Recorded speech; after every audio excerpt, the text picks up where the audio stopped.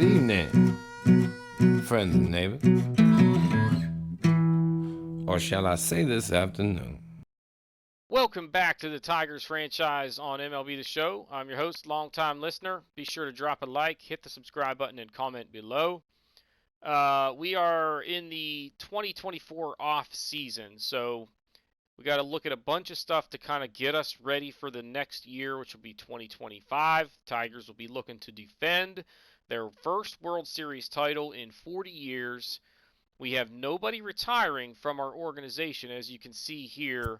Nobody super noteworthy at the top of this list, other than, I guess, maybe Yadier Molina. He hasn't played in a couple of seasons, so I don't know why MLB the Show does that. But the guy ends up with 2,200 hits for his career. He hit 277, 177 home runs, was always one of the best in the league as far as defensive ability, a guy that, a lot of runners, a lot of base stealers would just not try to run on. So he's a guy that's one of those debatable Hall of Fame kind of career players because some of the statistics don't necessarily support it, but I think the voters ultimately will write this guy in. But we'll see. Maybe not in MLB The Show, but in real life, I think he gets in. Alex Cobb retires. Elvis Andrus, Chris Archer, Dylan Betances, Jackie Bradley Jr., Carlos Carrasco, Jesse Chavez. You got a lot more names that we recognize as we get deeper into this series. Brian Goodwin, Guillermo Heredia, Ian Kennedy, Corey Kluber,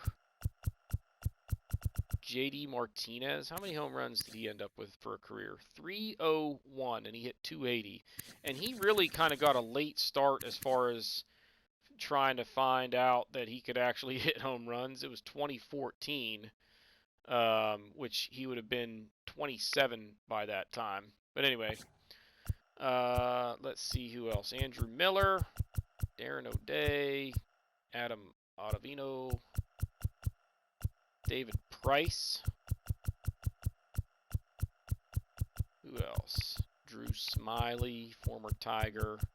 Justin Verlander, 249 wins. 3,349 strikeouts and a 3.34 career ERA. He should get into the Hall of Fame, right? All right, I think that's it. He doesn't even get, nobody gets in. That's just garbage. Whatever.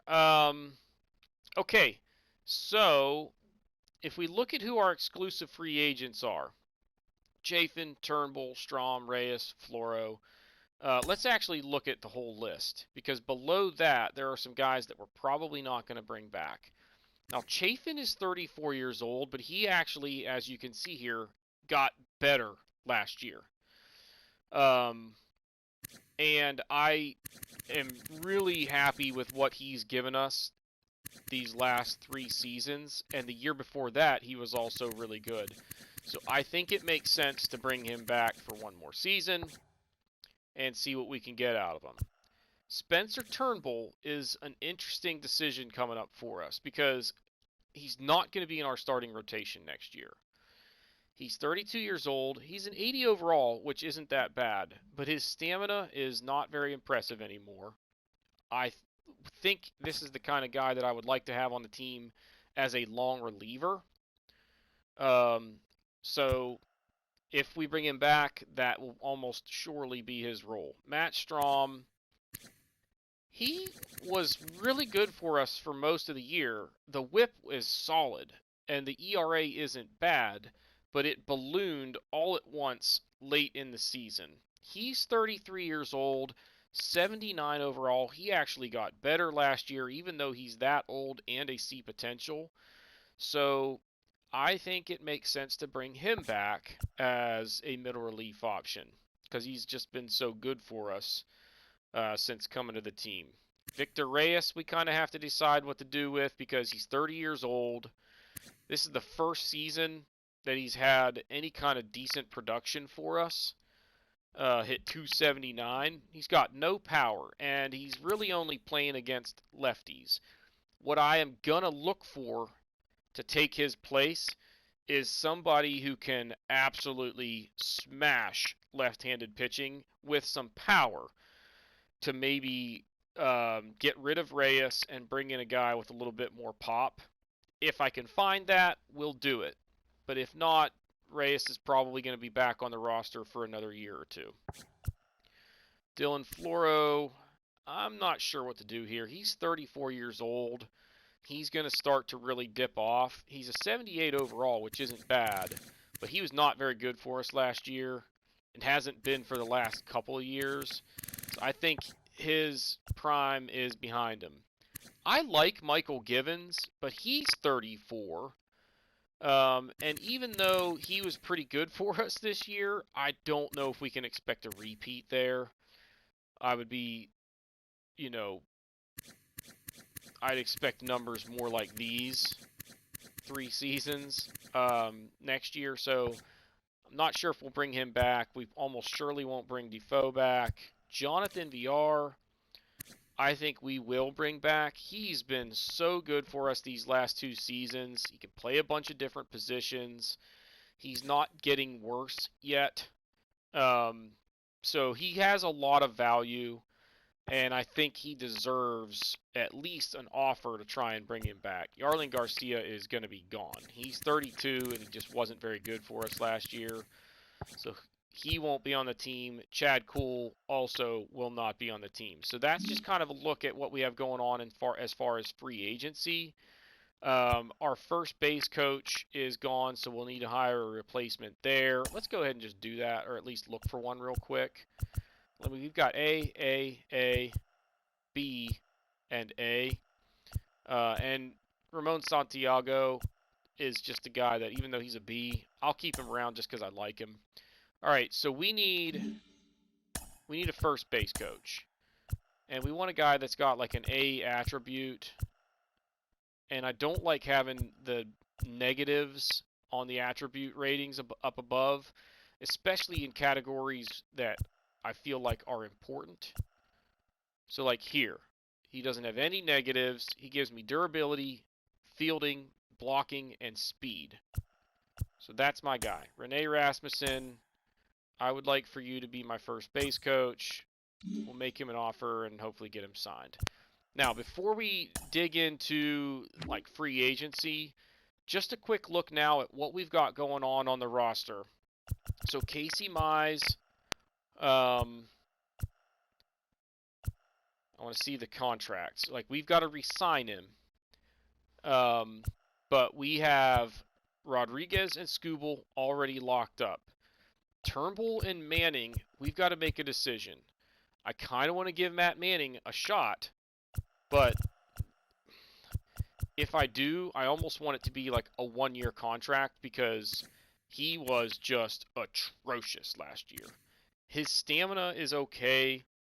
His Ks per 9 are not very good, and his hits per 9 aren't that impressive either. So even though his walks per 9 and homers per 9 are solid, I just don't know if this guy is ever going to be dominant unless he has like a huge breakout year. Kind of like what Skubal had this year. Skubal really developed for us into a pretty good major league pitcher. I'm worried about his homers per 9 rating, but other than that, he's going to be solid. So, bottom line, one of these two guys will likely either be gone or be in the bullpen. In fact, they might both be in the bullpen, and Jackson Jobe gets the starting job again. I don't know that I've got enough options deeper down on the list. Like Javier Alfonso, 73 overall. I don't think you're major league ready. So we've got 6 major league caliber pitchers that are still on the roster that we kind of have a little bit of control over. But I think we maybe look for a free agent veteran that can fill in either in long relief or in the rotation. Our bullpen is where now we've got decisions to make. Like we talked about Floro, letting him go. Joe Jimenez, we might let him go. I'm not sure. Garcia will definitely be gone. Like George McDonald, it might be time to give him a look at the major league level. So he'll probably be on the 40-man roster and get some chances in spring training to show me what he can do. Then here we've got a slew of options. Vaughn Page, we just drafted. He's a 71 overall B potential, and he's 24. But even like Lolich here, he's only 68, but dude's left-handed. He's got a good hits per 9 rating. His walks per 9 is also pretty good. So I think he might be the kind of guy that maybe we give a chance and see what he does. But from here up, I'd be totally fine with any and all of these guys being on the roster.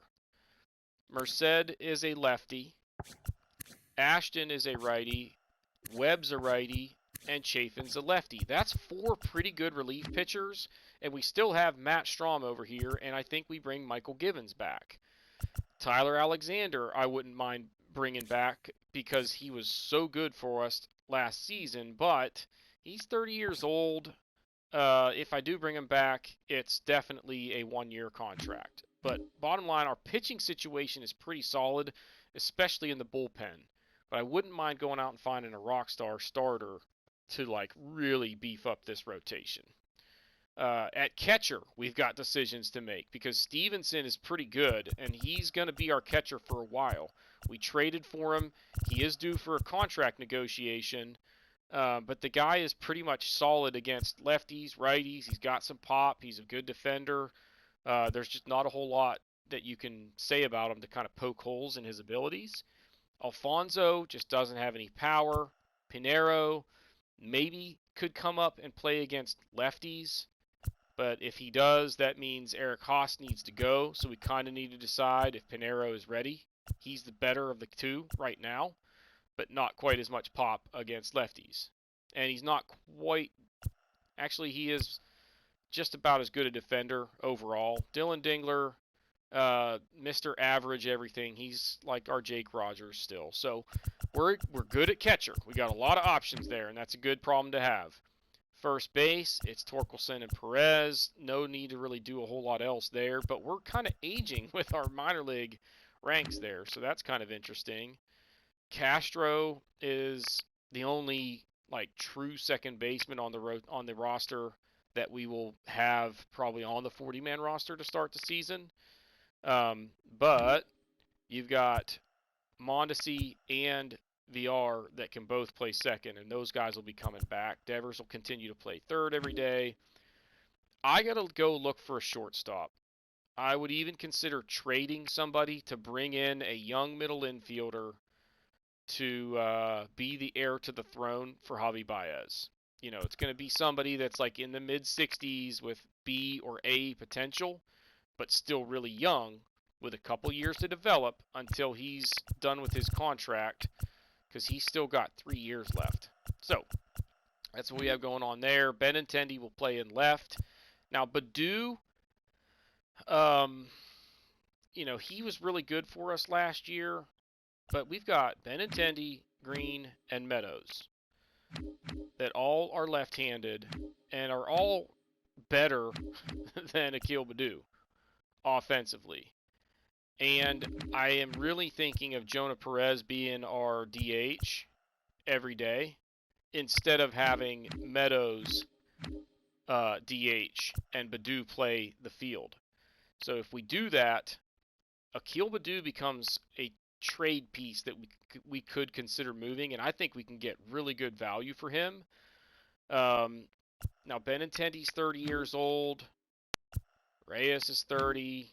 Meadows is 29. So, you know, we're getting to the point where some of these guys are starting to get up there in age. But if I'm thinking about this personally, we're probably only going to do a couple more seasons at most.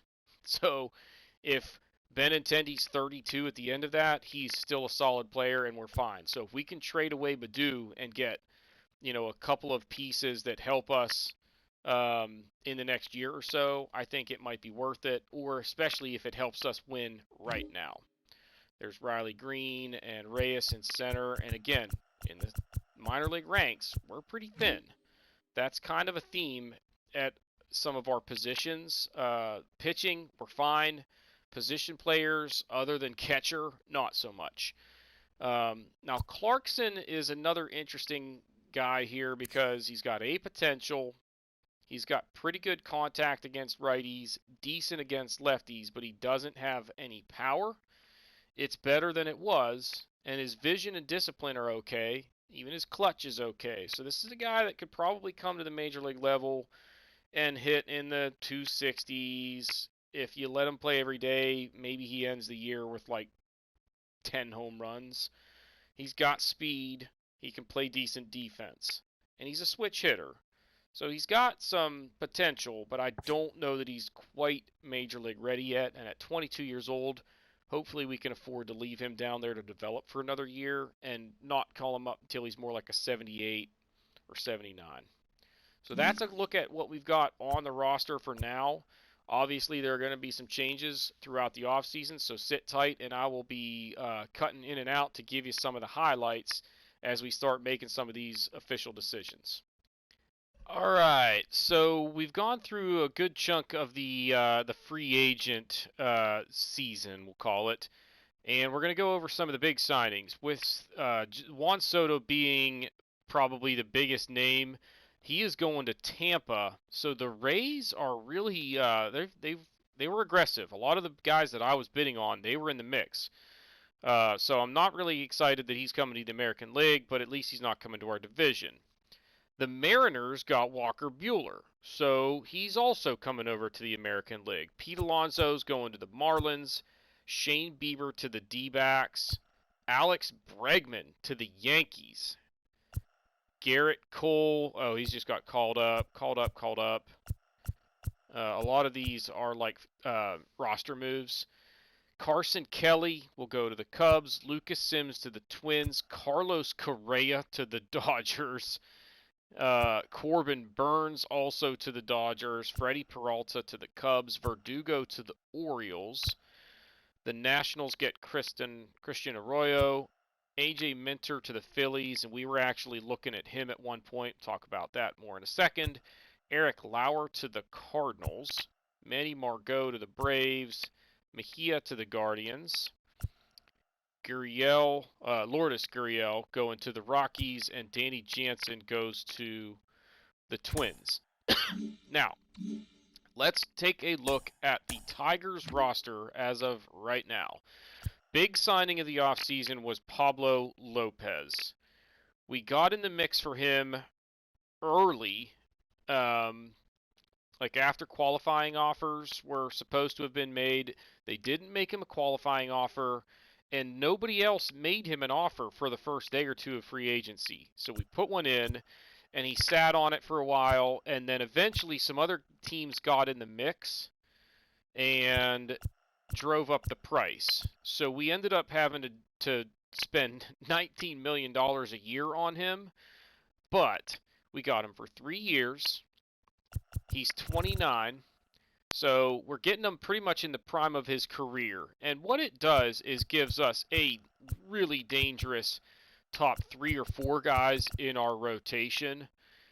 And then Matt Manning is probably going to start the year in the bullpen, with Jackson Jobe being the number 5 starter.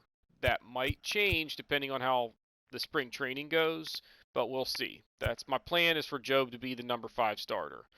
Matthew Boyd is also coming back to Detroit. We signed him to a short-term contract.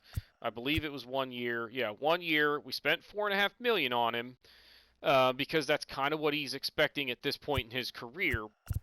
And that might be a little bit expensive for a guy that's going to be a long reliever, but he's also a guy that if, Matt Manning is doing terrible and Jackson Jobe gets hurt, Matthew Boyd can step into the rotation, hopefully, and do an admirable job for us. So I like how our starting pitching is set up for this season.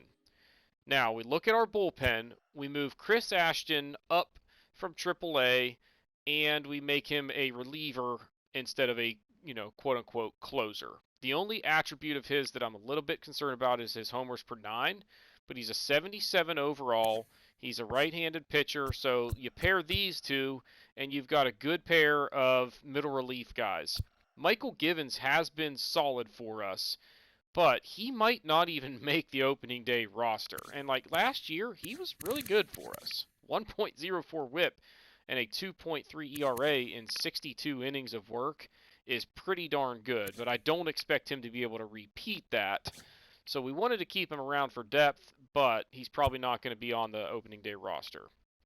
Ramon Merced, a left-handed reliever that's a 75 overall. He's only 22 years old. We bring him up from AAA hypothetically, and he's a guy that could be on our opening day roster, but we're not quite sure because we still have Tyler Alexander, who was really good for us last year. Now, he's more of like a 2-inning kind of guy.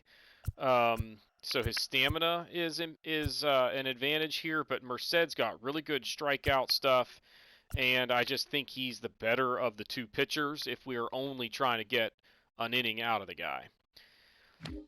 Going to closers, and here's where things got crazy. Giovanni Gallegos also was in the same boat as like Pablo Lopez. We brought him in because nobody else made him an offer right out of the gates, and we were able to get him for a pretty good price. I mean, this is a really good relief pitcher. We got him for 2 years, $8 million a year. We had to pay $14 million to bring Andrew Chafin back because there was a bidding war on him. We couldn't re-sign him in exclusive negotiations, so he hits the free agent market, and everybody wanted him. So we are getting a better value out of Gallegos for sure because we're paying about half the price, and he's younger. So here's like I kind of have to decide who my closer is going to be because I've got 3 really good ones right here, and Brandon Webb was so good last year. I kind of thought that he might get that job this year, but with these 2 also on the roster, I have a feeling that what we'll do is go with Gallegos as the closer, these 2 as our setup men, and these 2 as middle relief, and then look at the arsenal of options that we have just below them. So I'm really happy with our pitching situation, both at the starting rotation as well as in the bullpen. At catcher, it'll be Stevenson, and then to be determined. Probably going to be Pinheiro, but I'm not sure. It might end up being Alfonso, and here's why. He doesn't have any power, but Stevenson will probably play every day anyway, so Alfonso will be there just to play when Stevenson needs rest. So what I could do is when we're facing a lefty and Stevenson's tired, get Alfonso in there to get Stevenson fresh and then put him back in the lineup. Stevenson's got decent contact ratings against lefties, and he's a good defender, so he'll be okay for us, and he's actually got decent speed as well. So I think he's serviceable at the major league level. He's a switch hitter, which I like. Not that it really matters, but I think leaving Pinheiro in the minors for another season to let him develop a little bit more is probably a good idea. Defensively, he's okay, but his arm's not very accurate. He doesn't have very good reaction skills. And the bat could come along maybe a little bit more, so I wouldn't mind letting him have another year down in the minors. And then we've got a couple other guys in Dingler and Huff that, like, in an emergency situation, these guys would be totally fine being on the Major League roster, but I don't plan on seeing them this season. Now, Torkelson and Perez will, I guess we could call it platoon at first, but these guys will probably both be in the lineup every single game, either playing first base or DHing or occasionally playing the outfield. But I'm really looking for these guys to, get a lot of at-bats this year. Willie Castro. He wanted stupid money, and he's actually going to arbitration. So that's kind of a bummer, because as good as he is, like, as far as his attributes, he's not that great against right-handed pitching, and he wasn't any good against left-handed pitching last year. So he's basically like a defensive substitution that's wanting like star kind of money. Like his expectation for his role was a star, which basically means he's batting in the 1 through 4 spots in the lineup every single day, and that is just not going to happen. So we'll try and bring him back through arbitration, but he's going to have a limited role where he's going to platoon, probably play some outfield when we face left-handed pitching. More to come on that in a second. Devers will play third base. Mondesi will play second base pretty much every day. Jonathan VR will get some looks because Mondesi's not the greatest with the bat. So when I have opportunities to get VR or Castro in there to hit in scenarios where we need offense, we'll try and do so. Baez will be our pretty much everyday shortstop, except for when he needs a day off, and then we'll probably put Mondesi there. Harold Castro's coming back, and this guy's got 91 for his contact rating against right-handed pitching. But his defense is suspect. He can't run. He has no power. But he plays every position except for catcher. So he's got value, but I don't think we'll need him at the major league level. Andrew Benintendi will play left field every day. I got to decide what to do with Akil Baddoo, but first, he's going to arbitration, so I don't know what to expect as far as that, but he doesn't hit lefties well. And Benintendi does. Riley Green really doesn't, and we don't have the budget to bring back Victor Reyes. Like, he was the last guy that hadn't signed, and we ran out of money. So we have a problem, and we might have to make a trade or something creative to kind of make this work. But Austin Meadows is probably going to play every day. And then Jordan Luplow we brought in, who smashes left-handed pitching. We kind of talked about maybe looking for a guy like this.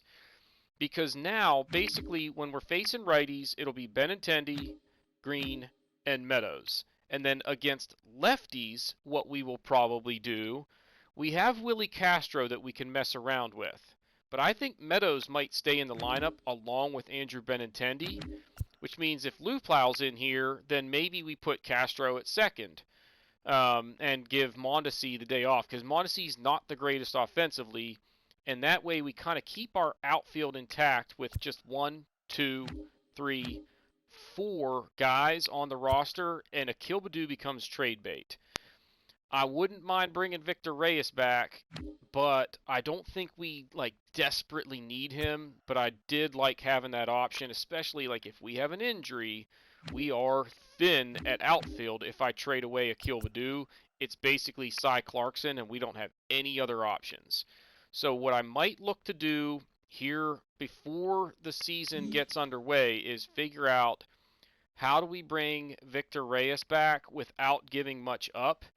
But I also kind of want to go find a young middle infielder to be the heir to the throne for Javi Baez. And I'm really kind of thinking about that for the future. Maybe we get somebody like that in the draft, but if we don't, this team is going to age really fast. And, we're in our window right now. We won a World Series title. Let's try and win another one. We're going all in with Pablo Lopez and bringing in Gallegos and a couple of these other guys that I think can really make this team dangerous yet again. We are loaded going into this season, y'all. It's just how long can we sustain this before we start to have issues with age at some of these position players getting up there into their 30s. So sit tight. We'll keep working our way through the off season here, but that's a quick rundown of some of the big moves so far in the off season. So more to come in just a second. Okay, so we were already pretty thin at outfield, and we did lose one prospect, I guess you could call him. Bryant Packard was on our roster. He's 27 years old, see potential, and I didn't add him to the 40-man roster because I really wasn't trying to protect him. He's a guy that's pretty good defensively, has decent speed, but he's not really a base stealer. doesn't hit for power. His contact ratings are okay. Doesn't have very good discipline or clutch. So I didn't really see this guy as a major league option. So we lost him. That maybe at least frees up a little bit of funds for us to potentially go and grab an option out of free agency or through a trade or something along those lines. But that's the only noteworthy bit of info from the Rule 5 draft. So stand by and we'll see if there's anything else to cover for the offseason. All right, in our arbitration hearings, we won the mediation with Badu, so we're going to pay him about $5 million a year, and I think that's basically what we offered Willie Castro.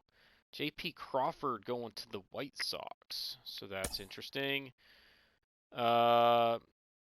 Actually, I guess we offered Castro less than that because they sided with him, and he's getting $3.6 million. But he was, like, in contract negotiations, he was asking for way, way more than that. So let's go ahead and actually simulate here. So now we are basically to the spring training. The problem is, like, if we look at our roster, we only have 86 guys on the roster.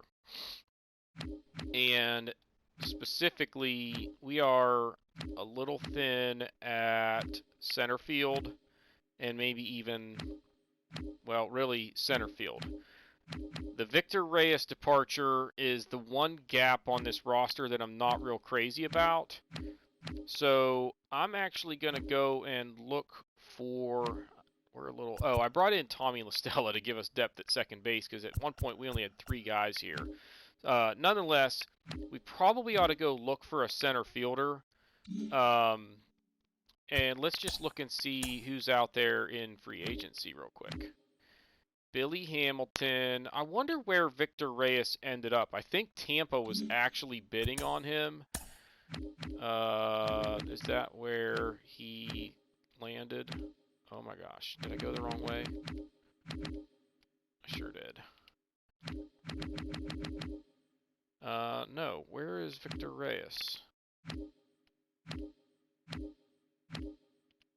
Did he go? I think Houston might have also been bidding on him. I guess it really... Oh, he ended up in Miami. Which is kind of dumb because they've got Jason Dominguez ahead of him. And Nick Senzel now behind him. But... whatever. You know, our roster is okay. But we're an injury away from having some issues in the outfield. Now, Victor Reyes, or Willie Castro can move out there. Torkelson and Perez can go out there. So we have options of guys that can play out there. We could even call up Willie Castro and let him play out there if necessary. So I think we're okay, but I'm not super crazy about that. And I'm trying to think, who do we have as far as pieces that we can afford to move that could help us fill that gap? And Matt Strom comes to mind. Maybe somebody like a George McDonald. Or even like Willie Lolich, 23 years old, he's 68 overall. The guy has some potential, but like, let's see if we can package him and maybe like Sam Huff. Somebody needs a catcher desperately. We might be able to get lucky and snatch somebody decent to give us another option at shortstop. So let me bounce around some ideas and see what we can come up with. All right, so we found one trade that is of relative interest to us. Now, I was trying to package Sam Huff, but there just wasn't a lot of interest out there for anybody that was even close to Major League ready. So I switched up my strategy and went with Alfonso. And here's the reality. Alfonso is a decent contact hitter against lefties. He's a switch hitter. He just doesn't have any power. He's a very good defender, and that's where he gets a lot of his value, and I don't care as much about that. To top it off, Pinheiro is a better hitter, period. He's got more power, and his contact is just as good, if not better. And his defense isn't that bad, with the exception being his arm is not the most accurate. He's also 3 years younger and has the same potential. So when we package Alfonso, I don't feel like I'm hurting the team too much, because Stevenson is still our everyday guy this year anyway. I think what I'll do is maybe either go with Pinheiro or Dingler as the second option at the major league level, or maybe even Sam Huff. So either way, I kind of think Pinheiro maybe could use another year to develop, because having him at the major league level playing behind Tyler Stevenson would just be stupid. And then Dale Cash, he can play center field, and that's probably where he should play. He does not have an arm, but his fielding and his reaction aren't bad. He's got really good speed and base stealing abilities, very good discipline at the plate, and his vision and clutch are actually not that bad. His contact against righties is not that bad. And he's kind of just okay against lefties. So he's sort of just a serviceable option that could give us some innings if we need somebody to play. And you look at what he did last couple years for the Yankees. Not a lot of power, but he definitely has stolen base potential, in a, pretty sizable sample size here, 456 at bats. His OPS was 693. Not the greatest, but not the worst. So, and he's only 21. So I think this guy has a fair amount of upside. And the fact that we need an outfielder, this is the move. I'm going to make him a center fielder. So we'll go ahead and do that, and then take a final look at our roster before we jump into spring training and see how the spring training season goes. So let's go roster. Left field, Dale Cash is now a center fielder, and he can play, come on, outfield. So our team is now pretty loaded at starting pitcher, relievers, and closers, obviously extremely deep. Stevenson at catcher, and then a handful of options that we can use as his backup. And it'll probably be one of these two, and then I'll have Pinheiro playing every day at AAA. These two will play first and DH and a little bit of outfield. Castro will play a little bit of a bunch of different positions because he can. Devers will play third, Mondesi at second. VR will get some reps, but not sure exactly how much we're going to use him this year. Baez at short. These two in left. Not really sure how much I'm going to be able to use Akil Baddoo this year, because I plan on Jonah Perez being the DH when we face righties. He's got good enough contact, and the power is there that he's going to put up pretty good numbers for us if we give him 500 at bats this year, and it's going to happen. So Baddoo will play like when Benintendi's tired, basically, or when Riley Green is tired, but only against righties. And then Cash will probably start the year in AAA. I'm not sure what I'm going to do with him, honestly, because we've got these two that, Meadows will probably play every day or close to it.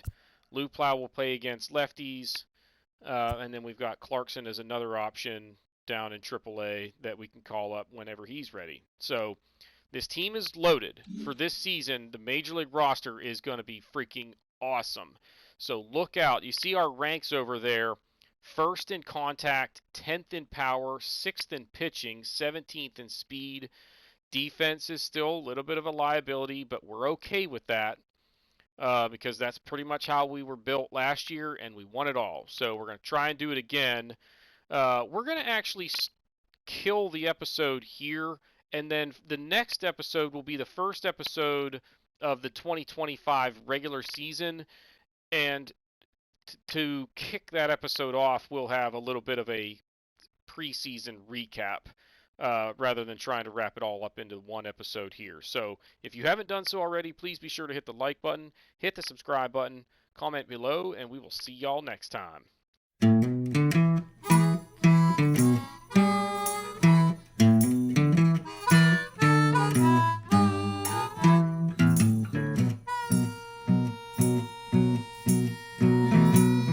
Good evening, friends and neighbors. Or shall I say this afternoon?